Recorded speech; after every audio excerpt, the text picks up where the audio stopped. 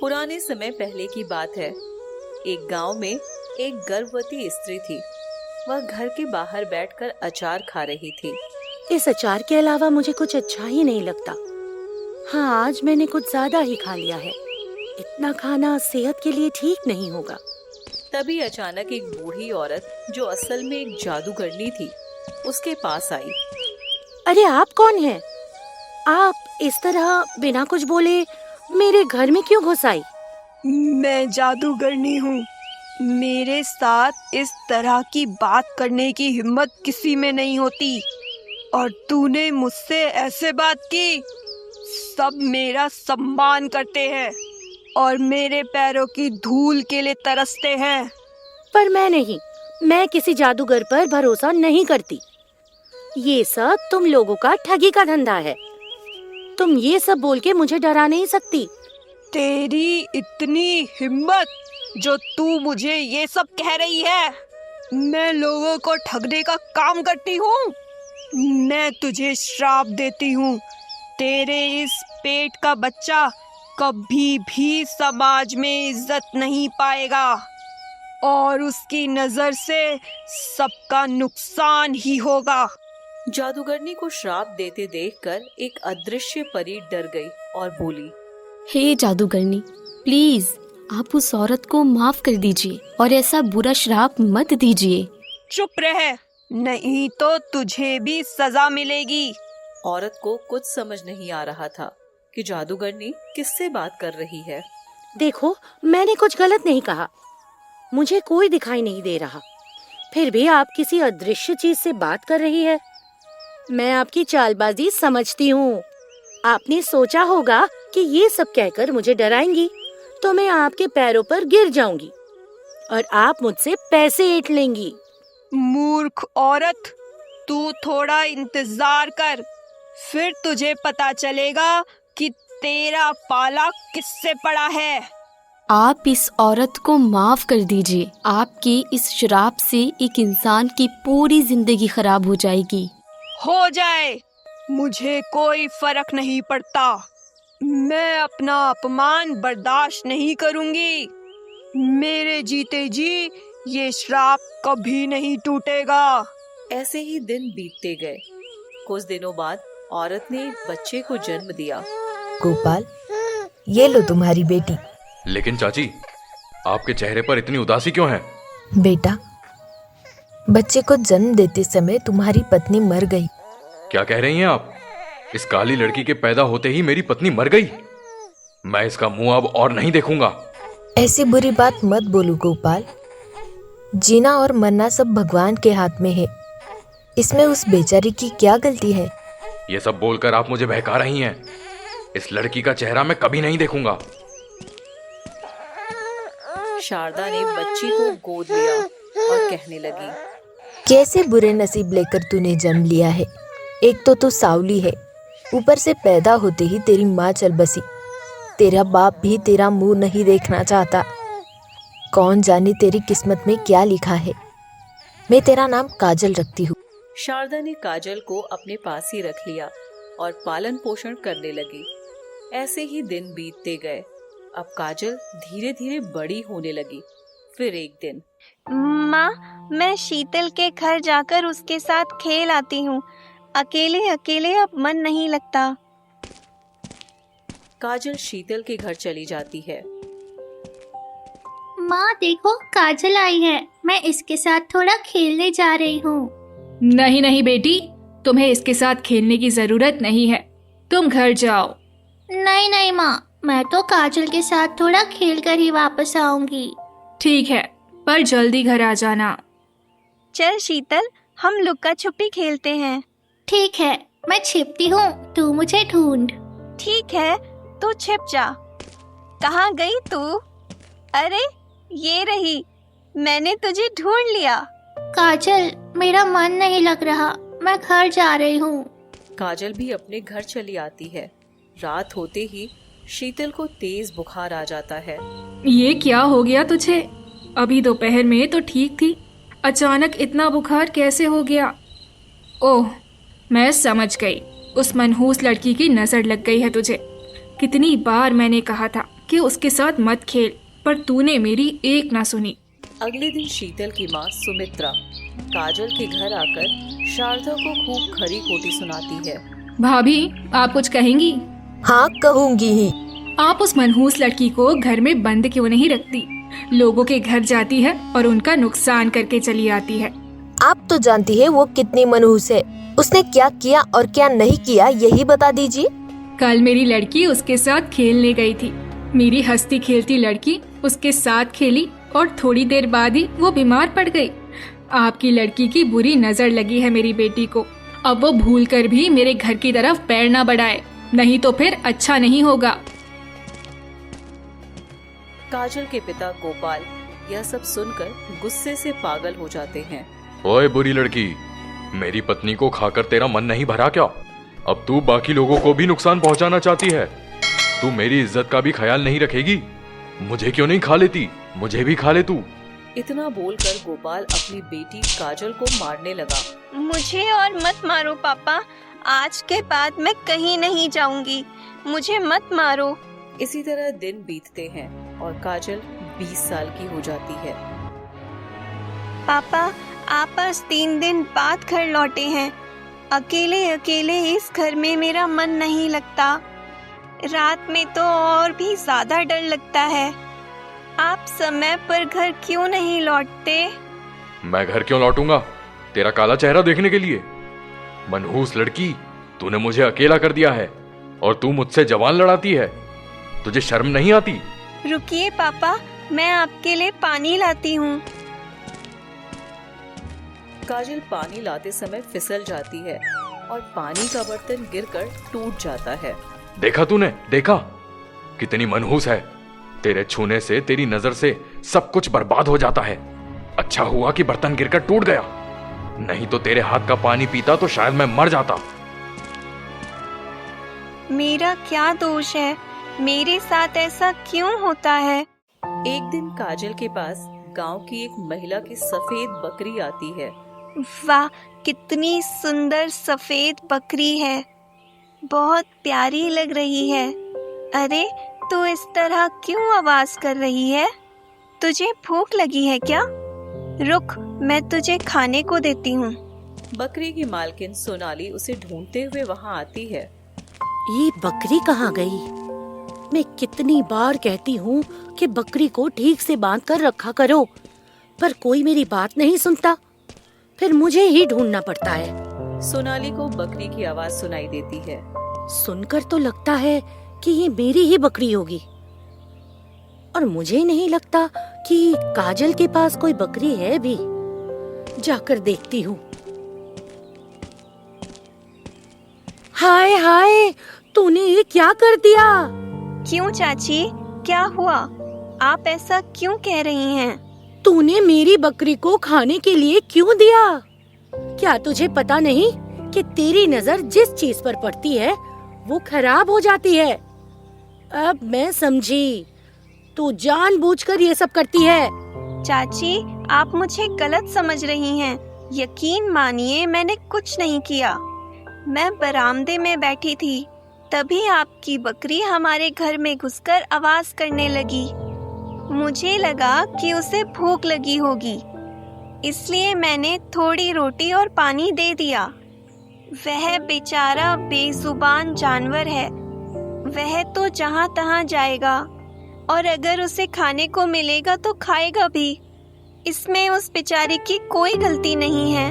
तू क्या बोल रही है? तेरी अक्ल कहाँ है? ये बकरी मेरे लिए बहुत प्यारी थी। अगर इसे कुछ हुआ ना तो मैं तुझे नहीं छोड़ूंगी। सोनाली बकरी लेकर चली जाती है, लेकिन थोड़ी देर बाद बकरी बीमार पड़ जाती है और मर जाती है। हे भगवान, अचानक ये मेरे बकरी को क्या हो गया? अभी थोड़ी देर पहले तो ठीक थी। उस मनहूस लड़की के हाथ से खाकर आई और बीमार पड़ गई। मैंने अपनी जिंदगी में ऐसी मनहूस लड़की नहीं देखी। जिस पर इसकी नजर पड़ती है वो चीज बर्बाद हो जाती है। तुम लोग कुछ करो। ये बकरी मेरी माँ ने मुझे बड़े प्यार से दी थी। मैं इसका कोई नुकसान नहीं देख सकती। सोनाली और बाकी गांव वाले गुस्से में काजल के घर जाते हैं। अरे राक्षसी, कहाँ छिपी है? मेरी बकरी को खाकर तेरे कलेजे को ठंडक मिली? बाहर आ। चाची क्या हुआ? मैंने क्या किया? आप क्यों चिल्ला रही हैं? अरे अरे, तू तो ऐसे बोल रही है जैसे कि कुछ जानती ही ना हो। खून की प्यासी राक्षसी, देखने में भी काली है और तेरी नजर भी उतनी ही काली और मनहूस है। चाची आप ये सब क्या कह रही हैं? और आप मुझे क्यों कह रही हैं? बताइए मैंने क्या किया? तुझे मेरी प्यारी सी बकरी खाकर भी मन नहीं भरा, अब नाटक कर रही है। मेरी माँ की दी हुई आखिरी चीज को तूने ऐसे मार डाला। क्या हुआ है? तुम लोग ऐसे शोर क्यों मचा रहे हो? और क्या बाकी रह गया है भाई? आपकी ये लड़की हम में से किसी को भी जिंदा नहीं छोड़ेगी। मेरी बकरी अभी थोड़ी देर पहले आपके घर आई थी, तब बिल्कुल ठीक ठाक थी। आपकी बेटी की नजर पड़ते ही मेरी बकरी मर गई। जिसने पैदा होते ही अपनी माँ को खा लिया, उसके लिए एक बकरी मारना तो छोटी सी बात है। आप मेहरबानी करके इस लड़की को भगाने का इंतजाम करें, नहीं तो ये किसी को जिंदा नहीं छोड़ेगी। हाँ गोपाल भाई, आप अपनी बेटी को लेकर दूर चले जाइए, नहीं तो इसकी शादी करके इसे यहाँ से भगा दीजिए। अगर आप ऐसा नहीं करेंगे तो हम गांव वाले मिलकर जो करना होगा वही करेंगे। ठीक है, मैं कुछ करता हूँ। मैं भी इस मनहूस को और बर्दाश्त नहीं कर सकता। इसका चेहरा देखते ही मुझे नफरत आती है। सारे लोगों को ऐसा बोलते हुए देखकर काजल को बहुत दुख होता है। हे भगवान, मेरा क्या कसूर था? आप मुझे इतना दुख क्यों दे रहे हैं? मेरे पिता मेरा चेहरा नहीं देखना चाहते और मुझसे नफरत करते हैं। आपने मुझे ऐसा जीवन देकर क्यों भेजा? इतना बोलकर गोपाल अपने घर लौट आता है। अरे गोपाल भाई, आओ आओ, और बताओ क्या हाल है? आपके पास सब लोग जिस काम से आते हैं, मैं भी उसी काम से आया हूँ। मेरी एक बेटी है, आप तो जानते ही हैं। उसके लिए एक दूल्हे की बहुत जरूरत है। मैं जल्द से जल्द उसकी शादी करवाना चाहता हूँ। क्या हुआ? मेरी बात सुनकर आपका चेहरा क्यों उतर गया? असल में मैंने आपकी बेटी को एक बार देखा है। हाँ, तो क्या हुआ? मेरी बेटी काली है, यह मैं जानता हूँ। उसके लिए बहुत अच्छा दूल्हा नहीं मिलेगा, ये भी मैं जानता हूँ। बस किसी तरह का एक लड़का मिल जाए, वही काफी है। असल में गांव में काली लड़कियां तो और भी हैं, पर आपकी बेटी जैसी काली कोई नहीं है। बुरा मत मानिएगा भाई। और आपकी बेटी के बारे में बुरी बातें भी बहुत हैं, यह सब भी मैं जानता हूँ। अब मैं इस लड़की की वजह से अपना और अपमान नहीं करवाना चाहता। अगर इसकी शादी नहीं हुई तो मैं इस गांव में और नहीं रह पाऊंगा। कृपया करके कोई इंतजाम करिए। ऐसा नहीं है कि मैं अपनी बेटी से प्यार नहीं करता, पर मैं क्या करूं? अपनी बेटी को मार भी तो नहीं सकता ना। ऐसा मत बोलिए भाई, मैं आपका दर्द समझ रहा हूँ। आप चिंता ना करें, यहाँ से बहुत दूर मैं एक लड़के को जानता हूँ। उनके घर वालों को कुछ पैसे देने होंगे तो आपकी बेटी की शादी वहाँ करवा सकता हूँ। और दूर होने से आपको भी सुविधा होगी, वे ज्यादा कुछ जान भी नहीं पाएंगे। आपका बहुत बहुत धन्यवाद रमेश भाई, मैं तैयार हूँ। आप बात पक्की करने की कोशिश करिए बस। इतना बोलकर गोपाल अपने घर लौट आता है। मैंने तेरी शादी पक्की कर दी है। उनकी हवेली 2 गांव छोड़कर है। आपके सिवा मेरा कोई नहीं है पापा, फिर भी आप मुझे इतना दूर क्यों भेज रहे हैं? हाँ, भेज रहा हूँ क्योंकि मैं तेरा ये चेहरा और नहीं देखना चाहता, इसलिए। इसके बाद रमेश काजल की शादी पक्की करने के लिए उसके घर जाता है। थोड़ी ही देर में वहां पहुंचकर वे लोग आपस में बात करने लगते हैं। कुछ पैसों के लालच में आकर रमेश की माँ काजल से शादी के लिए हाँ कर देती है। क्या तुम थोड़े से पैसे के लिए बेटी की शादी कहीं भी करवा दोगे? क्यों, क्या दिक्कत है? मैंने चुपके से सुना है कि वो लड़की अच्छी नहीं है, उसे मनहूस मानते हैं और वो सांवली भी है। देखो, उस बेचारी की माँ नहीं है, इसीलिए हो सकता है लोगों ने उस पर झूठे इल्जाम लगा दिए हो। तुम इन बातों पर ध्यान मत दो। क्या सांवले रंग के लोग भगवान के बनाए हुए नहीं होते? ठीक है, जैसा तुम्हें सही लगे। इसके बाद काजल की शादी आकाश से हो जाती है, लेकिन शादी के दिन ही एक दुर्घटना हो जाती है। आकाश के पिता सुरेश को सीने में दर्द होता है। मेरे सीने में बहुत दर्द हो रहा है। अजी क्या कह रहे हो तुम? अभी थोड़ी देर पहले बेटी की शादी करवा कर घर लौटे हो। ठीक है, मैं अभी वैद्य जी को बुलाती हूँ। क्या हुआ तुम्हें? बात क्यों नहीं कर रहे हो? पापा, अरे ओ पापा, बात करो ना मुझसे। बेटा, तुम्हारे पापा अब नहीं रहे। मैं सचमुच एक मनहूस हूँ। अगर मैं ऐसी ना होती तो ऐसा क्यों होता? मेरे इस घर में आते ही एक इंसान मर गया। मैंने ठीक ही सुना था। ये लड़की मनहूस है। इस घर में लाने की वजह से ही मेरा इतना बड़ा नुकसान हुआ है। इसे अभी इसी वक्त बाहर निकाल दे बेटा, नहीं तो ये घर उजाड़ देगी। माँ, आप ये क्या कह रही हैं? इसे दुख होगा। आप भगवान से पापा के लिए दुआ कीजिए। देखो काजल, तुम उनकी बातों का बुरा मत मानना। कुछ दिन उनकी बात मान लो, फिर देखना सब ठीक हो जाएगा। ठीक है, आप बैठिए, मैं आपके लिए खाना लाती हूँ। ए बहू, मेरी बात कान खोलकर सुन ले। आज के बाद कभी भी तू इस कमरे से बाहर कदम नहीं रखेगी। लेकिन माँ जी, मैं दिन रात इस कमरे में कैसे रहूंगी? वो सब मैं नहीं जानती। मैं नहीं चाहती कि तुम्हारी बुरी नजर और लोगों पर लगे और किसी का कोई नुकसान हो। लेकिन इससे भी कोई फायदा नहीं हुआ। कुछ दिनों के बाद आकाश भी मर जाता है। दरअसल यह सब दुष्ट जादूगरनी के श्राप के कारण हो रहा था। अब क्या काजल को कभी इस श्राप से मुक्ति मिल पाएगी? तो चलिए देखते हैं। तुम्हारे जैसी लड़की को मैं इस घर में एक पल के लिए भी रहने नहीं दूंगी। मैंने तुम्हारे पिता को खबर भेज दी है, वो आकर तुम्हें ले जाएंगे। आपने मुझे बताए बिना ऐसा क्यों किया माँ जी? आप मुझे बता देती तो मैं खुद ही यहाँ से हमेशा के लिए चली जाती। आपने मेरे पिता को क्यों खबर भेजी? मैं उनके सामने किस मुंह से खड़ी होंगी? वो तुम जानो।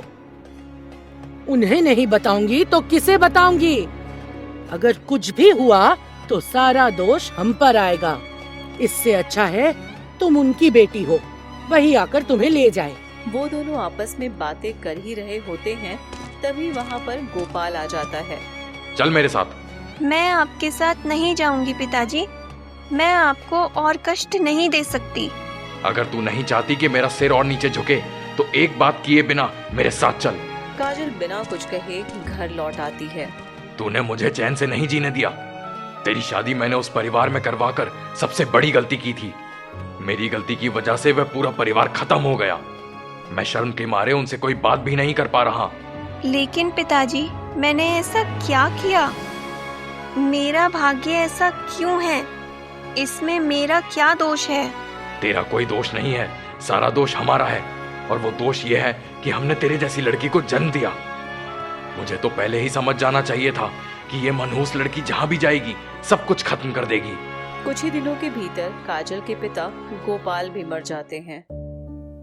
देखा, इसने अपने ससुर सुरेश को, अपने पति आकाश को, यहाँ तक कि अपने बाप गोपाल को भी नहीं छोड़ा। इस लड़की ने एक एक करके सबको खा लिया। यह तो पूरी तरह से चुड़ैल डायन है। हाँ भाई, तुम ठीक कह रहे हो। यह तो एक राक्षसी है। सबको खाने के लिए ही इसका जन्म हुआ था। मेहरबानी करके आप सब चुप रहें। मुझे इतना दुख ना दें। मैं नहीं जानती कि मेरे साथ ही ऐसा क्यों होता है। मैं जानबूझकर कुछ नहीं करती। यकीन मानिए, मैं किसी का बुरा नहीं चाहती। चलो सब, यहाँ ज्यादा देर रहे तो कहीं ऐसा ना हो कि हम सबको इसकी नजर लग जाए। तुमने ठीक कहा, जल्दी चलो। कई दिनों तक खाने के बिना रहने के बाद काजल पड़ोसियों से भोजन मांगने जाती है। आज कितने दिन हो गए, पिताजी मर गए और मैंने भी इतने दिनों से कुछ नहीं खाया और घर में एक दाना भी नहीं बचा। चाची के घर जाकर थोड़ा सा खाना मांग लाती हूँ। वैसे भी अब ये भूख बर्दाश्त नहीं हो रही। आज कितने दिन हो गए। अरे अरे, तू मेरे घर में क्यों आई है? मैंने तुझे मेरे घर आने से मना किया या ना? चाची, मुझे बहुत भूख लगी है। क्या आप मुझे कुछ खाने को देंगी? घर में एक दाना भी नहीं है। ठीक है, ठहर, मैं तुझे खाना देती हूँ। घर ले जाकर खा लेना, यहाँ खाने की जरूरत नहीं है। ठीक है, आपका बहुत बहुत धन्यवाद चाची। अरे, तू इस तरह क्या देख रही है? आपकी मुर्गियाँ बहुत अच्छी हैं, बस वही देख रही थी। अब और देखने की जरूरत नहीं है, ये खाना लेकर घर जा। ठीक है, मैं चलती हूँ। जिस तरह से वो मुर्गियों को घूर रही थी, कौन जाने क्या होगा। इस खाने से 2 दिन गुजर जाएंगे। भगवान मेरी तरह ऐसा भाग्य किसी को ना दे। अगले दिन सोनाली के घर में हंगामा मच जाता है। हे भगवान, ये मेरे साथ क्या हो गया? जरा देखो तो, मेरा कितना बड़ा नुकसान हो गया है। जमीन पर कई मुर्गियां एक साथ मरी पड़ी थी। सोनाली बहन, ये सब तुम्हारे साथ कैसे हुआ? क्या बताऊं बहन, दरअसल वो मनहूस काजल मेरे घर आई थी, खाना मांग रही थी।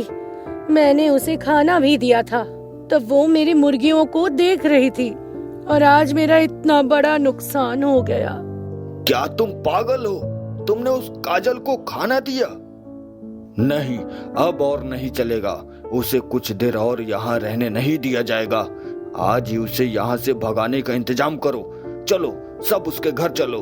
इसके बाद सारे गांव वाले काजल के घर आते हैं। काजल, अरे ओ काजल, जल्दी तू घर से बाहर निकल। क्या हुआ चाची? आप सब ऐसे मुझे क्यों बुला रही हैं? क्या तू नहीं जानती? तूने सोनाली की मुर्गियों को नजर लगाकर खत्म कर दिया।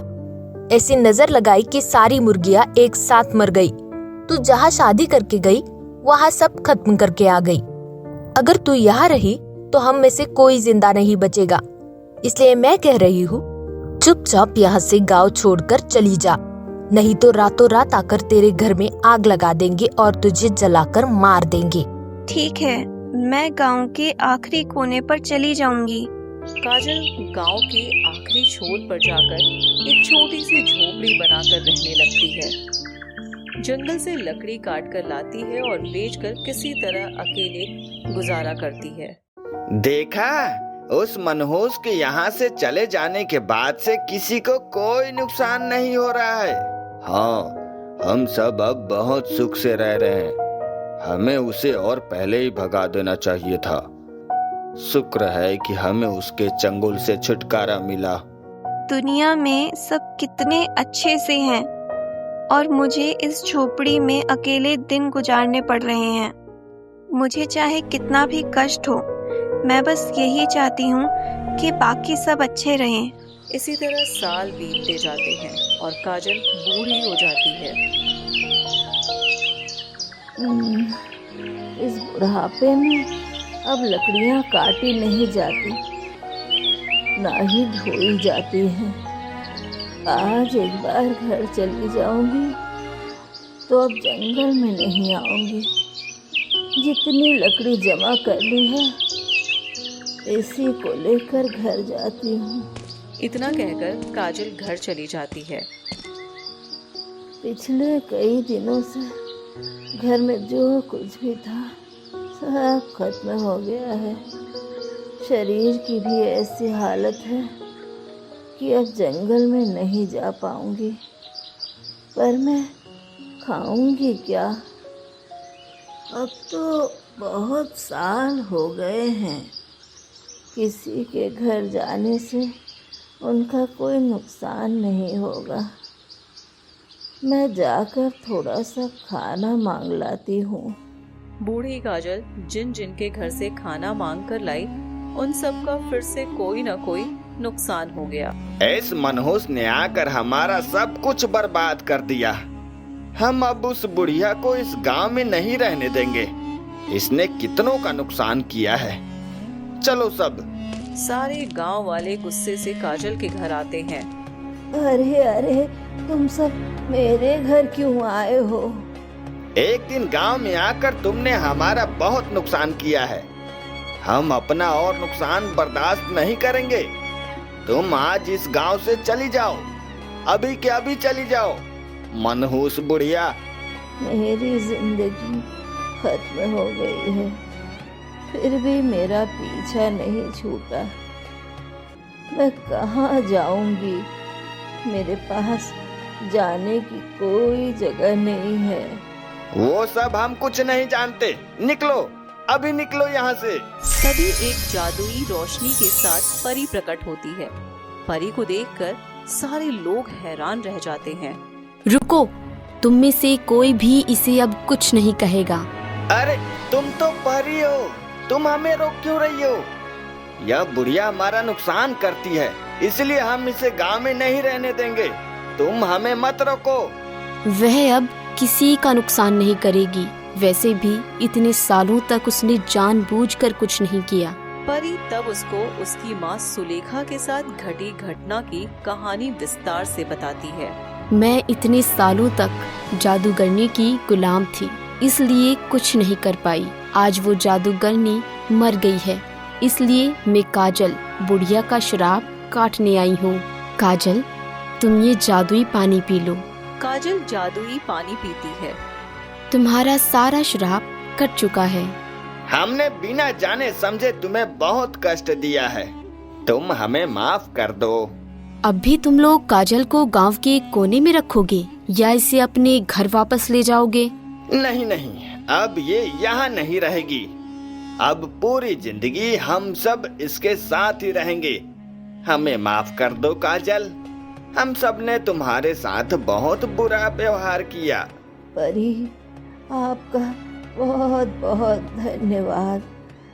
मरने से पहले अपनी सच्चाई जानकर मैं बहुत खुश हूँ। पूरी जिंदगी मैं यही सोचती रही कि मैंने किसी का बुरा नहीं किया, फिर भी मेरे साथ ये सब क्यों होता है? काजल बेटी, मैं अब चलती हूँ। तुम अब हमेशा खुश रहो। और इस तरह काजल अपने गांव के लोगों के साथ खुशी से रहने लगती है।